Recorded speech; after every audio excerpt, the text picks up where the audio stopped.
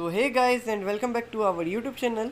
और लास्ट की वीडियो में सर्किट तक पढ़ लिया था, इलेक्ट्रिकल सर्किट क्या होते हैं, और अब हम पढ़ेंगे ओम लॉ। सो गाइस पहले हम लोग बात कर लेते हैं ओम लॉ क्या है। एक्चुअली एक साइंटिस्ट हैं, जर्मन फिजिसिस्ट हैं जिनका नाम क्या था, जॉर्ज साइमन ओम। उन्होंने करंट और वोल्टेज के बीच में एक लॉ दिया था जिसको हम लोग कहते हैं ओम्स लॉ। तो किन्होंने दिया था? जॉर्ज साइमन ओम ने दिया था। कब दिया था? 1827 में दिया था। This law was given by German physicist George Simon Ohm. ठीक है गाइस, इन्होंने क्या रिलेशनशिप दिया था? रिलेशन दिया था इन्होंने बिटवीन करंट और पोटेंशियल डिफरेंस। ठीक है, अब इन्होंने लॉ में कहा क्या था कि इस लॉ के हिसाब से किसी एक क्लोज सर्किट में अगर उसमें टेम्परेचर कांस्टेंट होता है और बाकी physical condition like area, length, pressure etcetera अगर ये कांस्टेंट होते हैं, एरिया, लेंथ, प्रेशर एटसेट्रा अगर कांस्टेंट होते हैं, तो कंडक्टर के दोनों टर्मिनल्स पे वोल्ट मीटर के द्वारा नापा गया पोटेंशियल डिफरेंस, वोल्ट मीटर के द्वारा मेज़र किया गया पोटेंशियल डिफरेंस जो होगा वो करंट के डायरेक्टली प्रोपोर्शनल होगा। करंट के क्या होगा? डायरेक्टली प्रोपोर्शनल होगा गाइस। ठीक है गाइस, तो इसकी डेफिनेशन कुछ ऐसी है, in a close circuit under the constant temperature and constant physical condition like area, length, pressure, etc. The potential difference V across the end of the conductor is directly proportional to the current flowing through that conductor.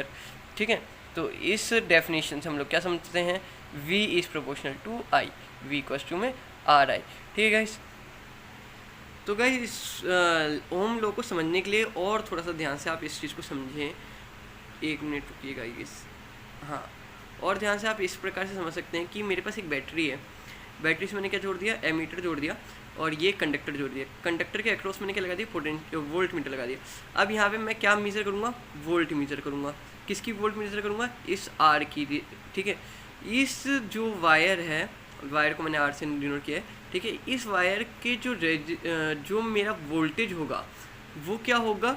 Current के directly proportional होगा। Proportional का मतलब क्या होता है? देखो guys, अगर V proportional I है या कोई भी चीज़ अगर किसी के प्रोपोर्शनल होती है ना, तो वो क्या करती है? साथ में बढ़ती और घटती है। ठीक है, मतलब अगर V को बढ़ाऊंगा तो I भी अपने आप ही बढ़ेगा, और V को अगर मैंने घटाया तो I भी अपने आप ही घटेगा। तो ये जो रिलेशन होता है वो उसको हम लोग क्या कहते हैं? प्रोपोर्शनल कहते हैं। क्या कहते हैं? प्रोपोर्शनल कहते हैं। और एक होता है इन्वर्सली प्रोपोर्शनल। ठीक है, तो वैसे तो आप एक चीज़ समझो कि R is inversely proportional to I।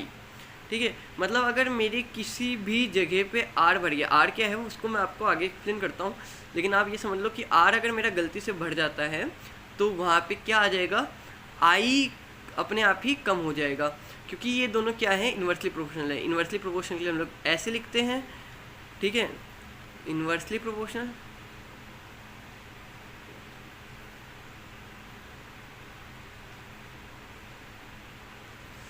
और डायरेक्ट प्रोपोर्शनल। ये क्या होता है गाइस? डायरेक्ट प्रोपोर्शनल होता है। ठीक है गाइस, तो अगर मैं वोल्ट मीटर को यहाँ पे मेज़र करूँगा तो करंट भी मेज़र बढ़ेगा। अब देखो गाइस, एक काम करते हैं, जैसे कि गाइस मैंने चेंजेस इसमें क्या करा है कि मैंने यहाँ पे एक सिंपल रेजिस्टेंस था और एक यहाँ पे मैंने क्या लगा दिया, क्या कहते हैं इसको? वेरिएबल रेजिस्टेंस कहते हैं। ठीक है, अगर मैं इसको स्लाइड करता हूँ तो मैं अपने करंट को वेरी कर सकता हूँ। जैसा कि आपने मेरी लास्ट वीडियो में पढ़ा ही होगा कि हम लोग क्या कहते हैं इसको, वेरिएबल रेजिस्टेंस से हम लोग क्या कर सकते हैं? करंट को वेरी कर सकते हैं सर्किट के अंदर। तो मैं इसको थोड़ा सा स्लाइटली डिक्रीज़ करूँगा तो यहाँ पे करंट की वैल्यू क्या हो जाएगी? ऑटोमेटिक इंक्रीज़ हो जाएगी। जबकि कि अगर मैं इसको थोड़ा सा इंक्रीज़ करता हूँ तो मेरी करंट की वैल्यू डिक्रीज़ हो जाएगी। ठीक है गाइस, तो इससे मेरे को क्या मालूम चलता है कि current is directly proportional to voltage. ठीक है गाइस, इसका एक डेरिवेशन है, वो डेरिवेशन मैं आपको बाद में करा दूंगा। तो अभी हम लोग इसको थोड़ा समझ लेते हैं कि अगर देखो V इक्वल्स टू में V is proportional to I, V equals to में R इंटू आई, ये क्या है गाइस, R है, ठीक है। V इज इक्वल्स टू में R इंटू आई। अब यहाँ पे R क्या है, R जो है here, R is the constant proportional and it is called the resistance of the conductor, ठीक है। ये जो है हम लोग कोई भी प्रोपोर्शनल को साइन को हटाते हैं ना तो वहाँ पे एक कांस्टेंट लगाना पड़ता है, तो R जो है वो कांस्टेंट है। R अगर मैं उस फॉर्मूले को थोड़ा सा चेंज करूँ जो कि क्या था, V इक्वल्स टू में R इंटू इधर ये I मल्टीप्लाई में इधर जा करके डिवाइड में, देखो गाइस V अपॉन में I हो गया, ठीक है, V अपॉन में I हो जाएगा। तो ये मेरा रेजिस्टेंस का एक फॉर्मूला बनता है गाइस, ठीक है। R यहाँ पे क्या है, रेजिस्टेंस है, क्या है गाइस, रेजिस्टेंस क्या है। एक्चुअल में रेजिस्टेंस होता क्या है वो हम लोग आगे बात करते हैं, ठीक है। The SI unit of resistance is ohm, SI unit जो होती है रेजिस्टेंस की वो क्या होती है, ओम होती है, जिसको हम लोग एक ग्रीक अल्फ़ाबेट ओमेगा से दर्शाते हैं, ठीक है गाइस। ये क्या होता है, ओमेगा, ठीक है। ये एक्चुअली अपर केस में ओमेगा को ऐसे लिखते हैं और लोअर केस में कैसे लिखते हैं, ऐसे लिखते हैं, ये डब्ल्यू जैसा, ठीक है। लेकिन डब्ल्यू के ये दो लगा देते हैं और ओमेगा को अपर केस में ऐसे लिखते हैं। अब अपर केस अगर किसी को मालूम नहीं है तो बता देता हूँ कि अपर केस अल्फ़ाबेट्स ऐसे होते हैं, A B, बड़ा A बड़ा B बड़ा C बड़ा D, और लोअर केस क्या होता है, छोटे A छोटे B छोटा C छोटा D, ठीक है। तो ये क्या है, हमारा रेजिस्टेंस है। अब रेजिस्टेंस की थोड़ी सी बारे में बात कर लेते हैं। तो अगर आपसे पूछा जाए नॉर्मली 1 ओम क्या होता है तो आप क्या बोल सकते हो, 1 ohm is if the current of 1 ampere, अगर किसी कंडक्टर में से, जैसे कि ये कंडक्टर है मेरा, अगर इस कंडक्टर में से कितना करंट फ्लो हो रहा है, 1 एम्पियर फ्लो हो जाए, किसके द्वारा, बैटरी के द्वारा करंट फ्लो होता है। तो अगर 1 एम्पियर फ्लो होता है और इस वोल्ट मीटर में कितना वोल्ट दिखाएगा, 1 वोल्ट दिखाता है। अगर इस वोल्ट मीटर में 1 वोल्ट और इसमें 1 एम्पियर दिखाता है तो इसका मतलब क्या हुआ कि यहाँ पे कितना रेजिस्टेंस है, 1 ओम का रेजिस्टेंस है। कितना रेजिस्टेंस है गाइस, 1 ओम का रेजिस्टेंस है, ठीक है गाइस। सो गाइस अब हम लोग देख लेते हैं कि रेजिस्टेंस होता क्या है। तो आपको डेफिनेशन रखनी है कि रेजिस्टेंस क्या होता है। तो रेजिस्टेंस जो है एक प्रॉपर्टी है किसी मटेरियल की जिसके कारण उसमें से फ्लो होने वाला करंट का अपोज होता है, क्या होता है, अपोज होता है या रेजिस्ट होता है। तो देखो, इट इज़ अ प्रॉपर्टी और ability of any material to resist the flow of current, मतलब कंडक्टर की ऐसी प्रॉपर्टी जिसके कारण चार्जेस का या करंट का क्या होता है, अपोज होता है या रेजिस्ट होते हैं, वो क्या कहलाती है, रेजिस्टेंस कहलाती है। जैसे कि मेरे पास एक कंडक्टर है, ठीक है। अब एक बात समझो कि मान लो कि आपके पास एक गली है, आप ये समझ लो कि ये गली है, ये क्या है, गली है, कंडक्टर नहीं है, ये क्या है, गली है। गली में आप लोग जा रहे हो तो वहाँ पे क्या आ गए, स्पीड ब्रेकर आ गए, क्या आ गए, ये स्पीड ब्रेकर आ गए, तो आपकी स्पीड स्लो हो जाएगी क्या, स्पीड क्या हो जाएगी, स्लो हो जाएगी ना। और जहाँ स्पीड स्लो हो जाती है वो किसके कारण हो रही है, बैरियर्स। बैरियर क्या है आपके, स्पीड ब्रेकर्स, स्पीड ब्रेकर है कि नहीं है। तो वैसे ही कंडक्टर के अंदर जो बैरियर होते हैं उनको हम लोग क्या कहते हैं, रेजिस्टेंस कहते हैं, जिसके कारण करंट की स्पीड क्या हो जाती है, स्लो हो जाती है। तो करंट की स्पीड ऑफ करंट क्या होती है गाइस, देखो